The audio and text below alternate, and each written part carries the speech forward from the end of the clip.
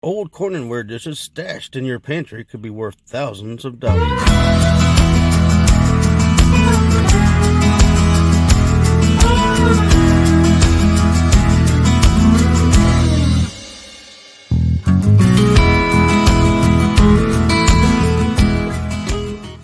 With that in mind, if you go to eBay and you search the word corningware, you'll find that most listings range from $5 to $40, depending on the set itself and how many pieces are included and what condition they're in. It's hard to know what your personal belongings could truly sell for, despite how valuable or invaluable something might be. Our stuff is really only worth what someone will pay you for it at any given time. About the only true part of this is a very small number of corningware products that it's listing on eBay have sold for thousands of dollars, even over $10,000, but that is in extreme rare cases. The mass majority of corningware products sold on eBay, vintage or not, go for far less money, even $50 or less. All in all, the pieces that are worth more money, are the ones that have flaws. They're extremely limited. Because of the artificial height of inflation on eBay, the goal for these websites was to make more money on the ads displayed with slideshows, boosting more people to their page, lured the readers to the story. Because, all these ads, it says, click here for next page. I hardly ever do any of those. Usually, if you want, you can go in the comments and just see what the bottom line, what the end result was. But the tactic is referred to as arbitrage, and they were doing this to gain money.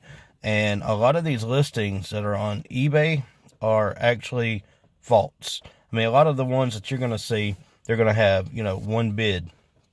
I mean, it could be money laundering. It could be them just trying to artificially inflate the market, and it's sad. And it's sad for a lot of new resellers that are getting into this and comping things, and they'll see, oh man, this right here sold for $8,000. This sold for $6,000.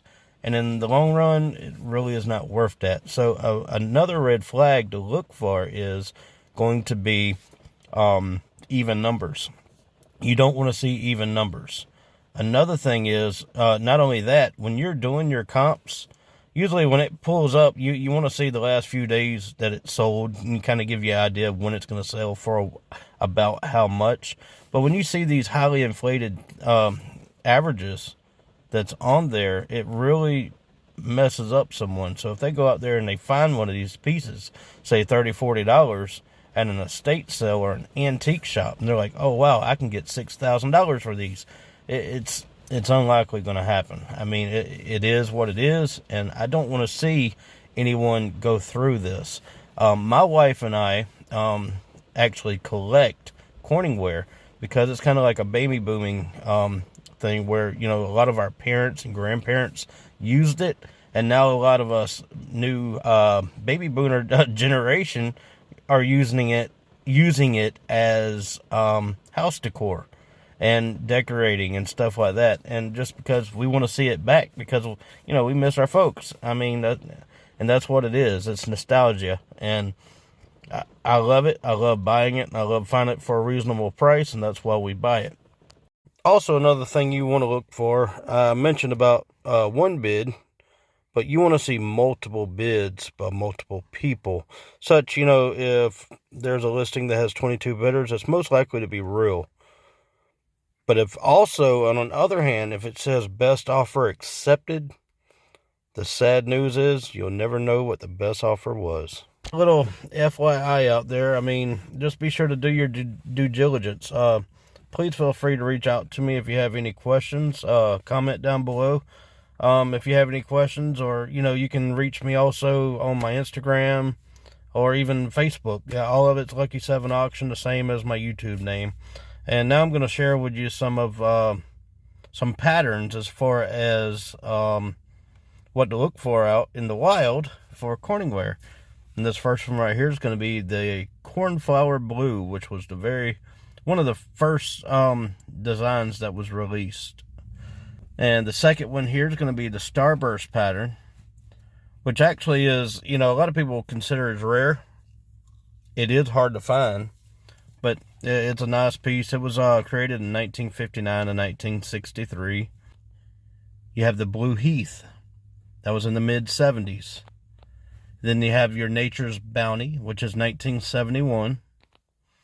And then your Country Festival, which was 1975, still mid-70s. Your Spice of Life. This one right here you're going to see probably a lot of out there. And some of them's actually going to have the the insignia at the bottom. And they actually, some people actually referred to this as the French Spice because of that.